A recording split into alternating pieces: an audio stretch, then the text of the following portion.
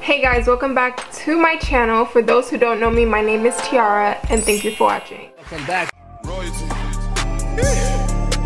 I haven't really been wearing that much makeup during quarantine, but for this purpose I am, if I'm looking this way, I'm looking at my mirror. I need to kind of decompress and just beat my face real quick just because a lot has been going on.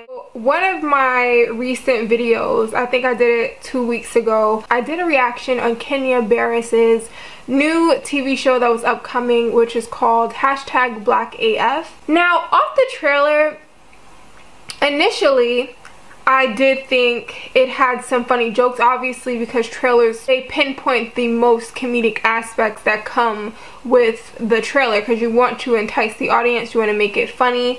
Now, I did say that that I was surprised about Rashida Jones being in the show because, first of all, she never played a black woman. And when I say oh wow to a lot of stuff, I'm kind of like holding reserves for it because I'm the type of person that, like, I'm not gonna 100% hate something until I see the entire series or movie. Like, you can't base everything off a trailer. Now, there are some exceptions to that, which is like if I feel like it's 100% degrading or anything like that, I will not watch it. But Kenya Barris has a roster of obviously shows like Blackish, which I did watch Blackish and I actually did enjoy the series. I watched a little bit of Grownish and didn't really I couldn't really relate to Grownish that much, although a lot of people kept saying, yeah, you need to watch it because, you know, Yara Shahidi and you look very similar, and I want to make sure that the content is actually good. Another thing that was going through my mind was, obviously we're in a pandemic and sometimes people just want a comedic relief instead of thinking. I didn't want to initially think that it was just automatically a color thing. The big question is Kenya Barris a colorist? What is the point of #BlackAF that we didn't get from his prior shows of the Ish franchise, which is Blackish, Grownish, Mixed-ish? So we're gonna dive down into that today and discuss the series because, yes, I, not like everybody else who only watched one episode, I actually watched all of it together. Kenya Barris has been in the film industry for a very long time. He's worked on shows like America's Next Top Model. He did Girls Trip. He created his own franchise. Most of the complaints now that have been with Kenya Barris is that his series are now displaying colorism because of who he has playing most of the black people. It's supposed to be a experience of black Americans, right? So for Blackish, we have Rainbow Johnson, who's the wife. You have Tracee Ellis Ross, who plays Rainbow Johnson on Blackish. And if you don't know, Tracee Ellis Ross is a biracial woman. Now, that's not necessarily the big issue. It's also that the other children who are part of the Johnson family, the real actors are biracial children as well. The son who plays Junior in real life is biracial. Yara Shahidi, who plays Zoe, the oldest daughter of the Johnson family, she's biracial as well. The only dark-skinned black girl who is on Blackish is Marsai Martin, who plays Diane. There's also a pattern in his shows. So every leading female who is in Kenya Barris's shows are biracial or ambiguous black. Okay, so the thing that was with Mixed-ish, because Mixed-ish is supposed to be a spin-off that just showcases like Rainbow Johnson's life when she was growing up as a child and displaying how she had to go through like her mixed experience of being a biracial black and white girl in America, like how her experience was.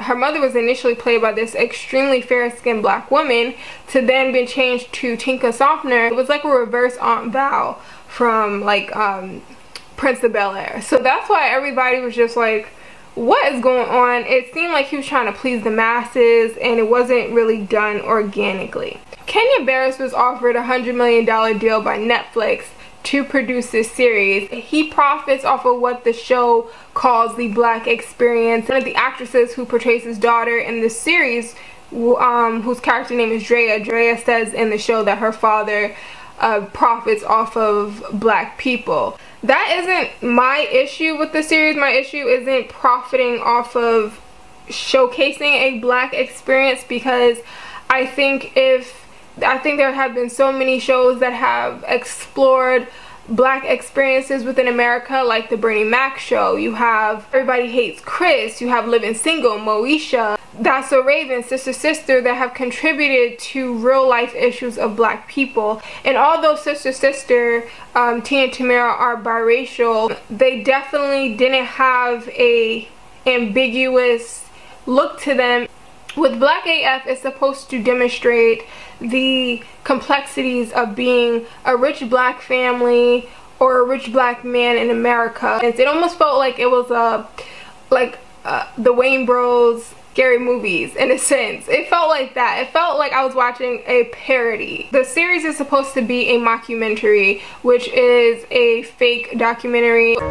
So I'm making this documentary about my family, and they kind of stick out. Just keep this long and loose. I want you to catch everything. There's a lot of us. And these are our parents.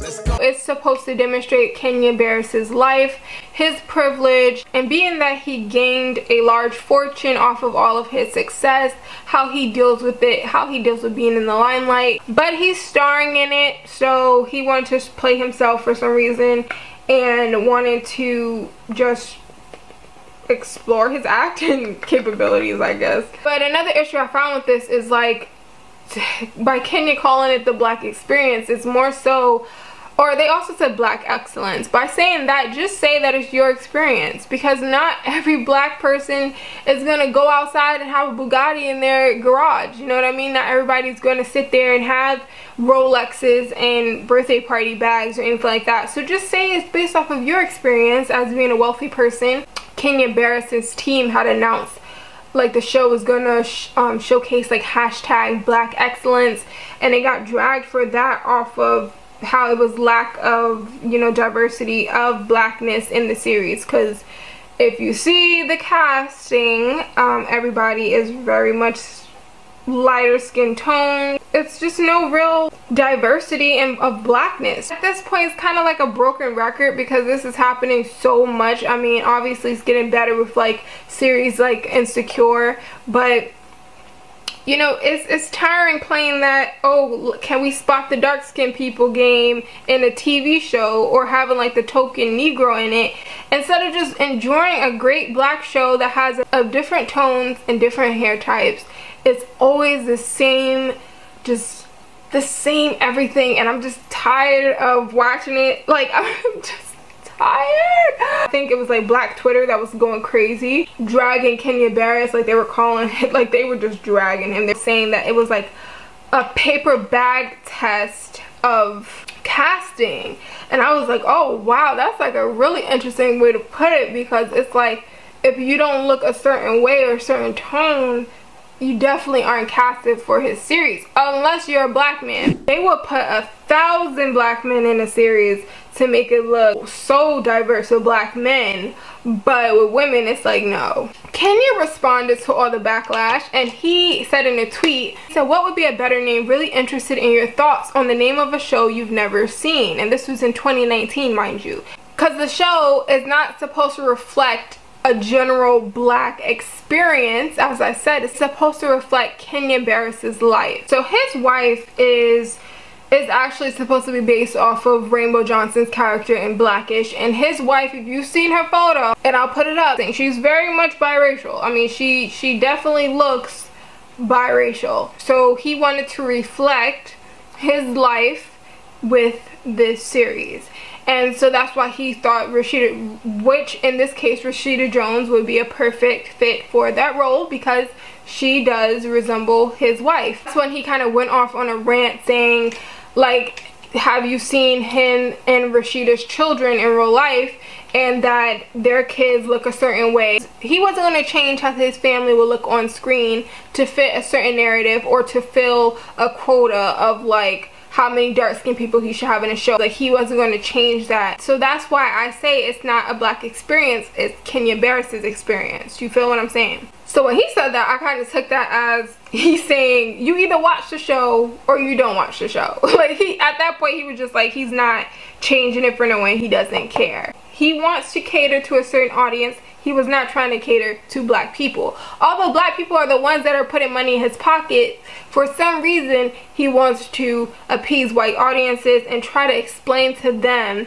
which is also interesting because in the series, Kenya, his character, or himself, because he's playing himself, is always trying to please white people. He keeps saying in the series, I hate white people, I hate white people. But yet you're begging for their affection. You're begging for them to say we accept you. You're begging for them to say that you are successful. Instead of looking into your own self, seeing the success that you have, you need that validation from a group of people who majority of them do not care about you. It makes no sense. And it's actually really sad. So I watched the entire series. And one thing I can definitely say is it has the same formula, almost copy and paste, of blackish, grownish, and mixedish. Same formula, except for this one, it's just way more explicit in the sense that it's a lot of cursing and it's a lot more toxic. In this series of 6 kids, they have Pops, who in, I guess, the blackish franchise would be equated to Junior because they're both very emotional. They always cry all the time. Kenya, who is playing Dre, and except for this one, Kenya Barris, his background is that he's from Inglewood. Dre was from Compton, but on his side, he has the family that's like super ghetto and, you know, only go over, like, he's the ones that have the cousins named Pookie and JoJo and all that type of stuff. So he's like the stereotype of like that type of dynamic. Joe, or Joya, who is Rashida Jones' character, she is like Rainbow, where they both have top tier professions.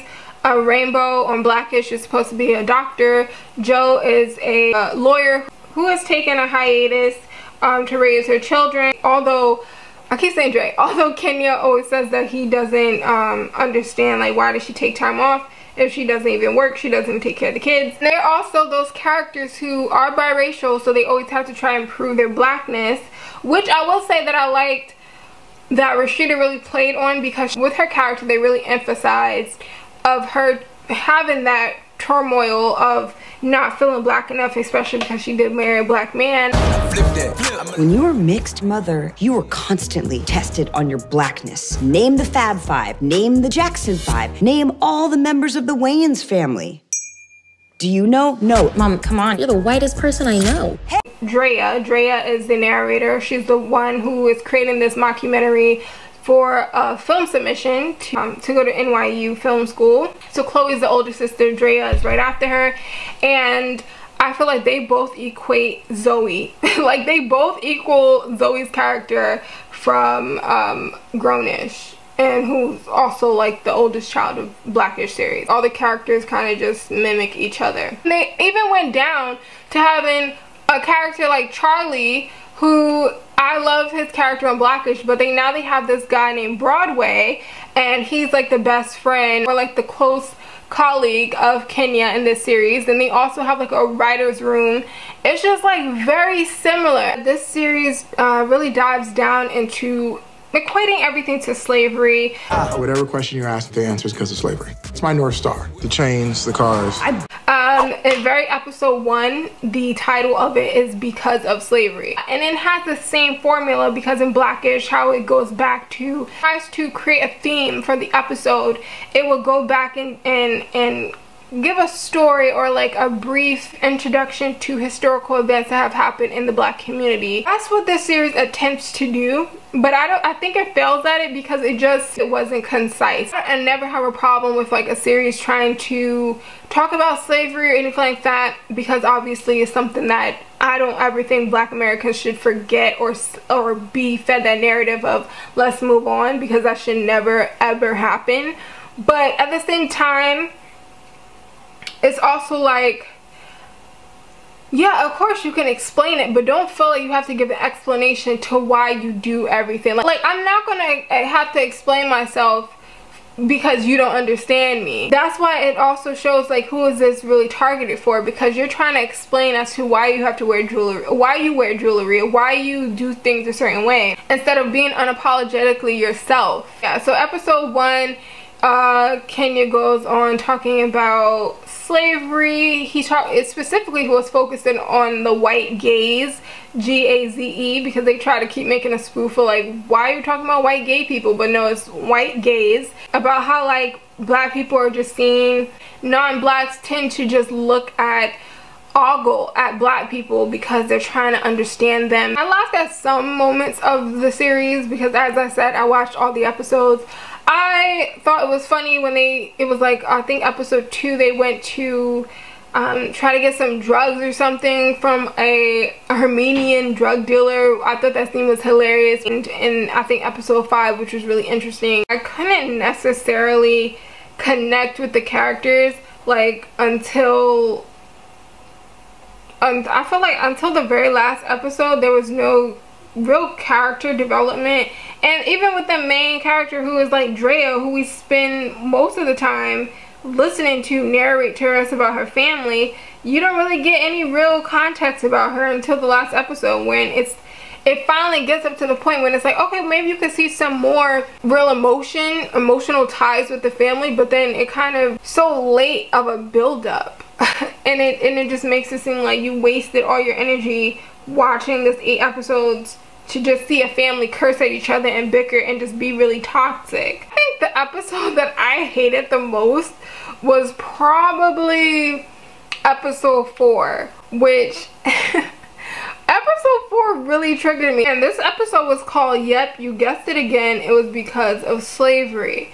Now, this episode focused on Kenya Barris making the argument of why are black mothers so celebrated and then black fathers aren't necessarily celebrated, because he was bringing up, obviously, you know, slavery and policing laws have created a certain narrative on black fathers of, you know, kept them away from black families, because the main goal was to destroy black families, because if you destroy the fathers, you can break down the entire foundation, which I understood what he meant on that part. But to honestly disregard like black mothers' achievements, dude, what are you doing? Because without question, black mothers should be put on a pedestal above anyone. I don't care, above anyone, because you have had them not only have to force to quote-unquote man up, and some being like sole providers for their families and really taking on the hardships of not only being degraded by every other race, but also to be degraded by their own men, because that is the thing that is happening. It is now becoming a culture to disrespect black women and demean their accomplishments, and then for black men to put ambiguous or non-black women up on a pedestal above black women, and then have the nerve to sit there and talk down about black women, is the absolute nerve, like the absolute audacity. And then it's funny because they are very comfortable with leaving black women, but then turn around and get upset and have the audacity to be surprised when a black woman steps out of her race, and then be like, oh, you're betraying us. Now, and that's definitely not to take away from black fathers, because obviously my dad was a great father, and I have many uncles. I have my brother, many uncles, cousins. I've been fortunate enough to have black men in my family who have evaded that stereotype and actually have always stepped up for their families. So my question is, I guess, is why did you have to even say, oh, what about us too? Like, you should just be so thankful, because without black women, many black men would not be alive. It was an important scene that I liked with Tyler Perry that actually happened. But Tyler Perry makes an appearance in the 5th episode, and the topic on this was talking about more so of policing black content, because it was like a movie that came out Kenya and the family goes to see, and he just hated the movie. Like, he just thought it was so trash, and everybody else who's black liked it, because I think it was like they didn't obviously name a movie or nothing, but it was dealing with like stereotypes, and he was just like, what is this movie, like why are we even watching this? What he brought up was like, when is it okay to give your opinion on black content as a black person, and because you disagree with something, why is that automatically making you a coon? Or why can't we just have open dialogue on things that we like or dislike? I like to see diversity of black content, but when it's done respectively, because some things are just made to be bluntly rude and disrespectful, and some things are actually made with creativity and, you know, deserve recognition. But I liked how Tyler Perry went into this dialogue about why are black creators like craving the attention for certain award shows like the Oscars, and why do they want recognition from people who clearly don't like you? Like they stated blatantly, like, I think if an award show where you only get an Oscar or you get an award because you played a slave or because you played a drug dealer or a corrupt cop or anything like that, like, you have to play these certain roles to actually get the reward. Obviously you should see that they don't really care for you like that. Like, it's kind of like, okay, you have to sell your soul to get this award. I mean, although with Tyler Perry sometimes it's kind of like, I get iffy when talking about him, because he does kind of promote that narrative of like black women and masculinity, especially being a black man dressing up as a black woman. It is interesting that Kenny was talking about policing, should black people police other black people content, in the sense, because he was the one that didn't like the black movie. But it's also like, so how can you take that and be like, yeah, I'm open into hearing other criticisms and things like that, but get mad when people are upset that you don't have a diversity of skin tones in your series, in your franchises that you are profiting off of the black experience. Like, the show, as I said, it had minor funny moments, but I don't think it was like I think I only got through it because I was being distracted. Like, I was doing my nails during it. I heard a lot of people couldn't get through the first episode, so I wouldn't really recommend watching it. Like, it's not my go-to. I also feel like if a season 2 came out, I won't be watching it. It was like the black sins. It was like it was the vulgarity between the children, between the parents, like, and trying to normalize it and just creating such a toxic family dynamic. And because on a personal experience, cursing at children cursing at parents, like, it's not normal, and it's a very toxic environment. Like, it's so toxic, and you don't know how that affects your child when you grow up, because it makes them angry, and personally, because it takes a lot out of you. Kenya constantly calling Joe a bad mother. Mommy. You're such a bad mom. And like, he constantly did it like throughout the entire show, and it really irked me because he completely disregarded her being how, like, when he was poor, because he wasn't automatically a successful writer. In this series dynamic, she was a lawyer, and although she still is a lawyer, but she's just not practicing. But when she was practicing, she was like the sole bread earner of the family, and he just like belittles her accomplishments, because when he was broke and she was the only one making money, she never complained. She worked hard. She kept saying like she didn't personally know how she was gonna push through it, but she did. And then when he finally makes it, his writing takes off, his career takes off, and then she decides like, okay, I guess we have so many children, because they have 6 children. Okay, I'll take off time so you can solely like focus since you're picking up, and I'll help with the children and do all that. She does that, and then he complains about her not working and all this. But it's also like not even trying to understand of where her mindset is or where she's trying to shift. Like, in the last episode, she gets a book deal, and he just completely looks at that as like it's so minor, and like, she's selling a book and you're sitting there looking at that like it's not even a good accomplishment. Like, it's not worthy of anything. And it just really irked me. Like, his attitude, like, being conceited can be funny sometimes, but then it's also like, when it's done wrong, it's done wrong. Like, it made me really dislike him at times. Like, he was so annoying. And the fact that she has 6 kids, like, if she wanted to take a break, what is the problem? Like, when men be like, oh, like, she didn't make it by herself, but you also didn't push out a whole entire human. Like, are you dumb? Like, I'm really confused. Put on some setting spray. But let me know your thoughts about the series. When it does come to black content, I try to give it the benefit of the doubt, because I'm just looking at it as like, okay, maybe something is gonna change. Maybe like when the final product happens, maybe it's actually gonna be good. But no, my expectations weren't high. It was just like, again, like, it was one of those things. It was like, again, and it even brings back up to like Grownish, where they had that whole debacle of, obviously Yara Shahidi is a mixed black woman.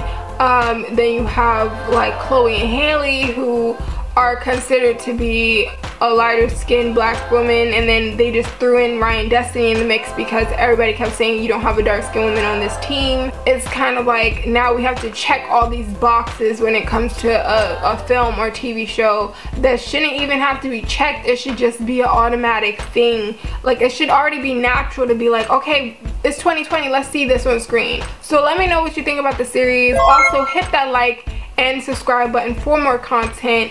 Follow me on my social media, and as always, make sure to have a blessed day. Okay, thank you so much for watching. Bye.